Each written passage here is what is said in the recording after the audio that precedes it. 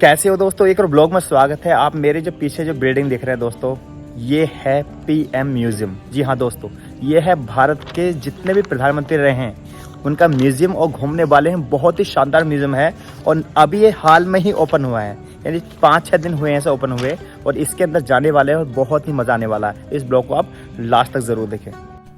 तो दोस्तों, दिल्ली में हम आ चुके हैं 3 मूर्ति चौक पर, जहां पर आप देख सकते हैं पंडित जवाहरलाल नेहरू म्यूजियम है और उसी के अंदर हम एंट्री कर चुके हैं। और यहीं पर अभी कुछ ही दिन पहले पीएम म्यूजियम बना है, जिसका उद्घाटन मोदी जी ने किया है। जी हाँ दोस्तों, ये देखिए सड़क आप देख सकते हैं नई बनी हुई है और अंदर से बहुत ही अच्छा लग रहा है। तो अभी हम सबसे पहले टिकट लेना है और टिकट लेने के लिए रास्ता जो है इधर जा रहा है।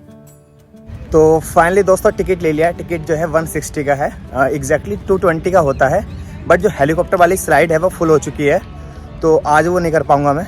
160 का टिकट लिया है। इसमें कुछ फ़ोटो हैं, जो हमारे फ़ोटो खींचेंगे वो हमें मेल पे मिल जाएंगे। वो सारी एक्टिविटीज़ है।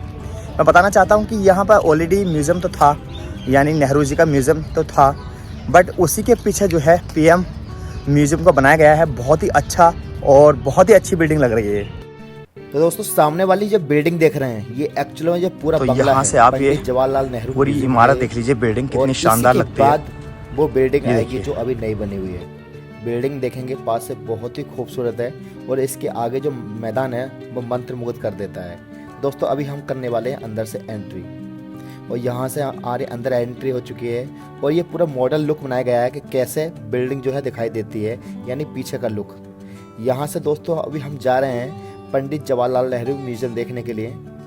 यहाँ से आप देखिए बहुत ही शानदार, और एग्जैक्टली ये बताया गया है कि पंडित जवाहरलाल नेहरू उनका उस समय रोल क्या था 1947 में। तो इस वीडियो को पॉज करके भी देख सकते हो, या फिर आप यहाँ आकर अगर देखोगे तो ज़्यादा बेहतर रहेगा। तो ये संविधान निर्माण, आपसे पहले आपने संविधान के बारे में पढ़ा होगा, लेकिन संविधान का निर्माण कैसे हुआ, कैसे ये पास हुआ, कैसे बनाया गया, पंडित ये आप देख सकते हो राजेंद्र प्रसाद जी रहे हैं जो देश के प्रथम राष्ट्रपति हैं। उनका एक लेटर, जब देश आज़ाद हुआ था तो उन्होंने क्या संदेश दिया था, और यहाँ पर डॉक्टर BR अम्बेडकर साहब, उन्होंने क्या आदेश दिया था। और यहाँ पर आप देख सकते हो कि एग्जैक्टली आप समझ सकते हो किस तरीके से जो संविधान निर्माण है वो कैसा निर्माण हुआ था, और इसमें क्या क्या प्रक्रिया से गुजरना पड़ा था।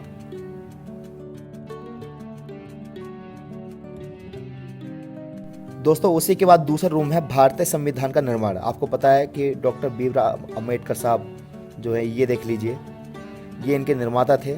और यहाँ से आप पूरा संविधान के बारे में पढ़ सकते हो। साथ ही साथ और भी जितने लोग रहे हैं उनके बारे में आप यहाँ से आसानी से और बारीकी से समझ सकते हो। यानी मैं लिख के देख सकता हूँ कि जनरल नॉलेज टेस्ट आपका बहुत अच्छा हो जाएगा अगर आप यहाँ आ गए तो।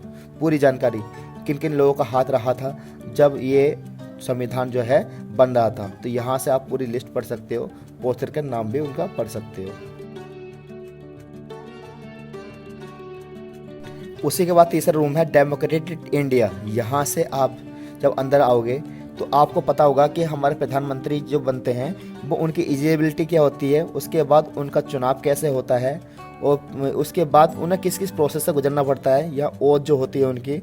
उसके बाद प्रधानमंत्री पद की भूमिका और शक्तियाँ, यानी उनकी पोजीशन क्या होती है, उनके बारे में पढ़ सकते हो। उसके बाद हम जो जा रहे हैं वो ऊपर जा रहे हैं सेकंड मंजिल पे, जहाँ से हम देखने वाले हैं पंडित जवाहरलाल नेहरू का वो रूम जहाँ पर वो लास्ट टाइम रहे थे, यानी उसी रूम में उनकी जो है मौत हो गई थी। जी हाँ दोस्तों, यहाँ से आप पंडित जवाहरलाल नेहरू के बारे में जान सकते हैं, और उनके बचपन से लेकर पंडित जवाहरलाल नेहरू के बीच का जो संघर्ष है उसके बारे में आप यहाँ से पढ़ सकते हैं। ये जो देख रहे हैं आप, ये उनका लाइफ था, यहाँ पर वो रहे थे और लास्ट टाइम उनका यहीं गुजरा था, यहीं पर उनकी डेथ हो गई थी। जी हाँ दोस्तों, लास्ट में इसी कमरे में उनका जो है देहांत हुआ था पंडित जवाहरलाल नेहरू साहब का। उसी के बाद ये जो आप रूम देख रहे हो, ये आप एग्जैक्टली एक तरह से बैठक बोल सकते हो। ये बैठक है, यहाँ पर वो जो है बैठा करते थे और थोड़ा जो है आराम का करते थे। हाँ, ये आप देख सकते हैं, ये है बैठक रूम इनका। दोस्तों, अभी हम जा रहे हैं नीचे, और नीचे से हम जाने वाले हैं उस म्यूजियम में जिसका हम इंतज़ार कर रहे हैं। तो दोस्तों फाइनली ये आप सामने वाली ये बिल्डिंग देख रहे हैं, बहुत ही खूबसूरत है, और यहीं पर बनाया गया है पीएम मेमोरियल म्यूजियम। यानी जितने भी देश के प्रधानमंत्री रहे हैं 1947 से लेकर अब वर्तमान पीएम मोदी तक, उनमें सबके बारे में आप जानकारी ले सकते हो, उनके बारे में पढ़ सकते हो और उनका अपने टाइम पर क्या योगदान था उनके बारे में पढ़ सकते हो। रास्ता दोस्तों बहुत ही शानदार है और अभी तो आने वाले टाइम में और भी बहुत अच्छा होने वाला है। तो दोस्तों अभी हम अंदर एंट्री करने वाले हैं। यहाँ से दोस्तों हम अंदर जो है एंट्री कर चुके हैं और यहाँ का जो व्यू है ना अपने आप में देखने में बनता है। सबसे पहला जो फर्स्ट अट्रैक्शन है दोस्तों वो ये देखिए जो मैं आपको दिखाने वाला हूँ। ये देखिए, ये जो आप देख रहे हैं अशोक चिन्ह, आप देखेंगे बीच में कुछ भी जुड़ा हुआ नहीं है, यानी बीच में कुछ भी लगा हुआ नहीं है।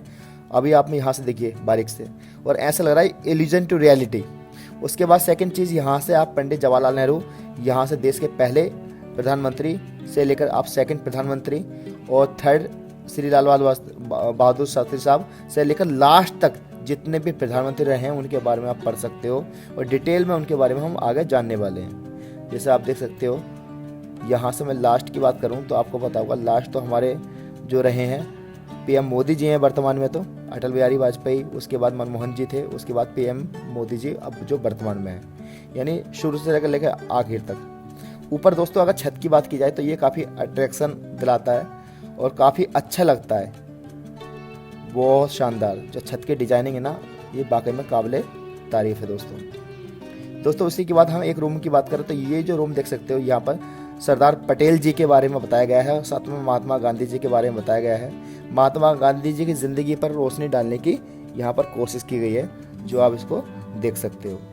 आगे जाओगे तो टाइम मशीन के बारे में बताया गया है कि जब प्रधानमंत्री इंदिरा गांधी थी तो उस समय उन्होंने देश के लिए कैसे कैसे फैसले लिए जो देश के हित में गए, वो चीज़ बताने की कोशिश की है। दोस्तों बताना चाहता हूँ ये म्यूजियम इस तरीके से बताया गया है, ये आपको भूतकाल तो बताता है, साथ ही साथ वर्तमान जो भविष्यकाल ही बताता है, वो मैं आपको बताने वाला हूँ आगे। जब आप आगे जाओगे तो दोस्तों यहाँ पर कुछ हम एक्टिविटी करने वाले हैं। ये दोस्तों ये पूरा जो है ना बनाया गया है ना, इस पर फोम लगाई गई है। फोम इसलिए लगाई गई है तो क्योंकि हर कमरे में म्यूजिक है, ताकि म्यूजिक से म्यूजिक आवाज़ नहीं टकराए। तो ये फोम आप देख सकते हो। साथ ही साथ दोस्तों यहाँ पर मैं फ़ोटो खिंचवाऊँगा और यहाँ पर आप मनपसंद किसी भी देश के प्रधानमंत्री के साथ फ़ोटो खिंचवा सकते हैं, जैसे मैंने खिंचवाई थी, और उसके बाद वो फ़ोटो आप देख सकते हैं।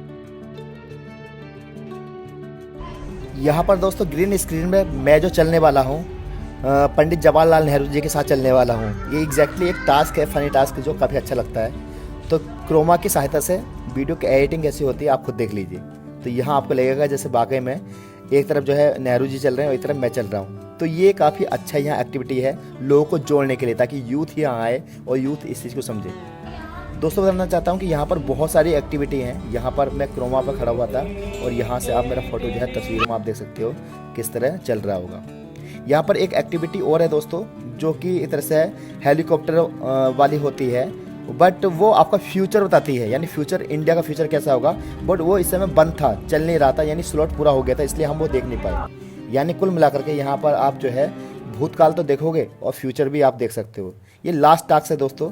यहाँ पर आप मनपसंद अपने किसी भी देश के प्रधानमंत्री जी से लेटर उनकी हैंड राइटिंग में लेटर लिख सकते हो। तो मैंने यहाँ पर जो चुना है वो नेहरू जी को चुना है। तो ये लेटर मुझे मिल गया है और इस लेटर में क्या लिखा हुआ आप खुद देख सकते हो।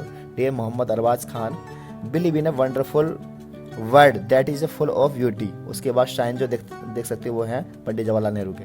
अभी दोस्तों हम ऊपर जा रहे हैं। ऊपर यहाँ पर आप देख सकते हो लाल बहादुर शास्त्री जी का वो टाइम जब वो देश के प्रधानमंत्री थे।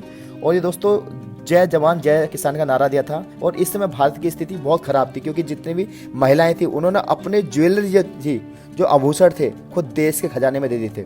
और ध्यान होगा उसी समय जो निज़ाम के हैदराबाद के निज़ाम थे, उन्होंने भी भारत को 1000 टन जो है सोना दिया था, शायद आपको ध्यान होगा। तो ये उस समय का दौर था दोस्तों। फिर उसके बाद ये इमरजेंसी का दौर तो आपने सुना होगा, अक्सर सुनने में आता है। इंदिरा गांधी जी का टाइम था उस समय पर, और उस समय उनकी लड़ाई जो थी बहुत सारे आंदोलनों से जुड़ी हुई थी, और ये इमरजेंसी का दौर था। यहाँ से दोस्तों थोड़ा सा आगे बढ़ेंगे तो ये वो घर है जहाँ पर इंदिरा गांधी जी की हत्या हुई थी।